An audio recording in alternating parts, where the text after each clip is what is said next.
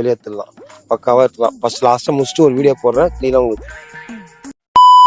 வணக்கம் அக்கா, இன்னைக்கு என்ன வீடியோ பார்க்க போறோம்னா இந்த ஹோண்டா சிட்டி தான். நம்ம சேனலை ஃபர்ஸ்ட் டைம் பார்க்குறோம், சப்ஸ்கிரைப் அண்ட் ஃபாலோ பண்ணிக்கோங்க. காரோட வீடியோ ஆல்ரெடி நீங்க ரீல்ஸ்ல பார்த்துருப்பீங்க. இந்த கார் நம்ம கிட்ட ஷெட்டுக்கு வரும்போது ஃபுல்லாவே டிக்கி டென்ட்டோட வந்துச்சு. இப்போ அது வந்து டிங்கரிங் ப்ராசஸ் போயிட்டு இருக்கு. ஸோ டிங்கரிங் ஒர்க் முடிச்சதுக்கப்புறம் நம்ம வந்து பெயிண்டிங் இந்த காரை நான் வந்து மூவ் பண்ண போறோம். வேலை முடிஞ்சது.